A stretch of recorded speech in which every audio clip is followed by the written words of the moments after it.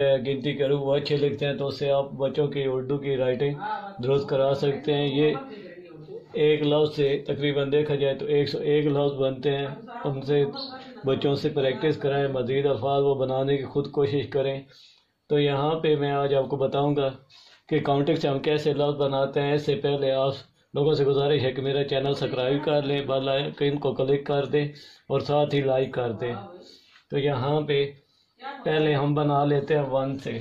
One की बनावट में देता हूँ। वन की बनावट अलिफ में भी आ जाती है, अलिफ की बनावट में। और दूसरा यहाँ पे इसे अगर मैं यहाँ से गोल करके यहाँ से उठा के इसे मैं यहाँ से ये गिरा देता हूँ और ऊपर मैं बना देता हूँ तिरछी कश, तो ये बनेगा के। यहाँ से ये रखते हैं, गोल करके उठाया, फिर इधर से उठा के गोल करते हैं, तो ये बन गया क्या। इसी तरह आगे हम टू से बना लेते हैं हरूफ। टू से हम कैसे बना सकते हैं, उर्दू के लफ्ज़ों में हम कैसे इस्तेमाल कर सकते हैं। टू की बनावट प्लस में ऊपर इस तरह करता हूँ कि दो कश दे देता हूँ और यहाँ से इसे स्लाइड की तरह चला देता हूँ। आगे हमारे पास इसी तरह दूसरा मैं एक और लफ्ज़ कोई बना लेता हूँ। ये लफ्ज़ों के साथ लफ्ज़ अटैच करके भी हम अल्फाज बना सकते हैं। ये समझे कि टू है तो इसके साथ मैं अगर थ्री को अटैच कर दूँ, ये प्लस थ्री की बनावट मैं अटैच कर देता हूँ। ये देखिए मैं थोड़ी सी स्पेस दे के बना देता हूँ साथ। ये जो थ्री का सिरा है ये इसके साथ ही जोड़ के हमने क्या करना है, यहाँ से ये थ्री की बनावट देनी है। अब ये देखिए टू और थ्री हमने मिला दिए। अब इसे मैं यहाँ से अगर गोल करके एक पेश की बनावट की तरह ये सिरा निकाल देता हूँ और ऊपर यहाँ पे तिरछी कश दे देता हूँ, तो ये देखें कुछ। अब यहाँ पे इसी तरह हम थ्री से लफ्ज़ बनाएंगे। यहाँ पे ये देखें ये छोटे जैसा सिरा। अब हमने क्या करना है, यहाँ पे ये रखा, ये तिरछी लाइन ला के इसे हम गोल कर देते हैं, थ्री की बनावट।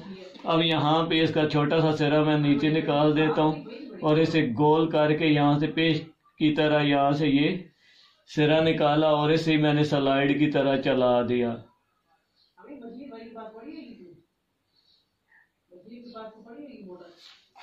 आगे हमारे पास थ्री दोबारा फिर हम रिपीट कर लेते हैं, एक लफ्ज़ और बना लेते हैं।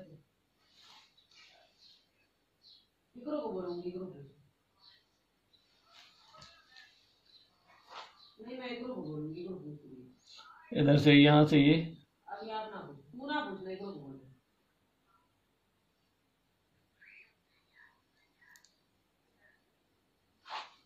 ठीक है, बंद कर दे, तू काम कर।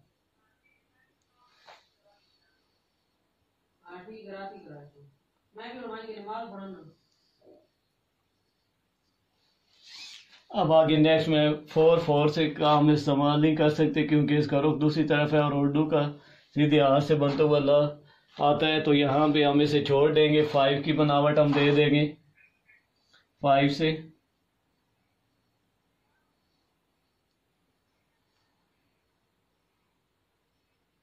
ये फाइव दो जगह पे मैंने लिख दिया। अब इसे मैं गोल करके ये आगे चलाता हूँ तो यही लफ्ज़ बन जाएगा घर। आगे इसी तरह मैं फिर इसे गोल करता हूँ, यहाँ से इसके साथ वाव की बनावट अटैच कर देता हूँ।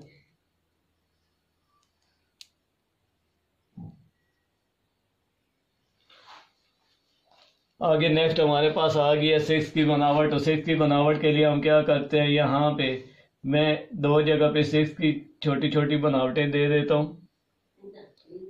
ये अब यहाँ पे अगर मैं इसे गोल करके यहाँ से ये उठा लूँ और आगे जे की बनावट दे दूँ तो बन जाएगा नमाज। और इधर से ये मैं तिरछा सिरा निकाल के गोल करके स्लाइड की तरह चला दूँ नंबर। आगे सेवन की बनावट, तो सेवन की बनावट हम ये बनाते हैं। अब इसका छोटा सा सिरा मैंने ये दिखाया और इसे मैंने गोल करके गिरा के फिर उठा लिया। जे की बनावट दे देंगे। अब इसी तरह ऐसे मैंने फिर सिरा दिखाया, गोल करके स्लाइड की तरह चला देता हूँ। 8 की बनावट का इस्तेमाल छोटे बच्चे करते हैं। यहाँ पे अगर फर्क करें कि यहाँ पे ये 8 की बनावट बनाते हैं तो वो सिरे दिखा के यहाँ पे ये और इधर से ही रख के गोल करके उठा लेते हैं, था, थी, वे वगैरह, ये इस तरह के अल्फाज बन जाते हैं।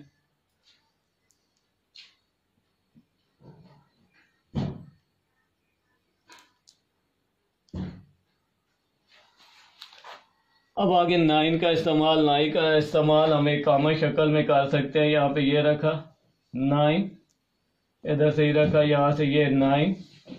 अब यहाँ पे नीचे अगर मैं कुर्सी बना दो तो वाव बन जाएगा। इसी तरह आगे आगे मैं ऐसे फे ले आऊँ तो फिर फे बन जाएगा। यहाँ से ये आगे खींच लो तो यहाँ से ही अगर मैं गोल करके उठा लूँ तो फा की बनावट ये।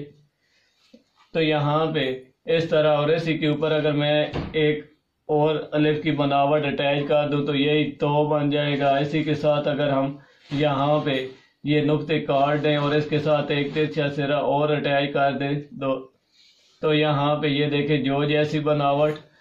तो यहाँ से ये इस तरह आप काउंटिंग का इस्तेमाल अपनी राइटिंग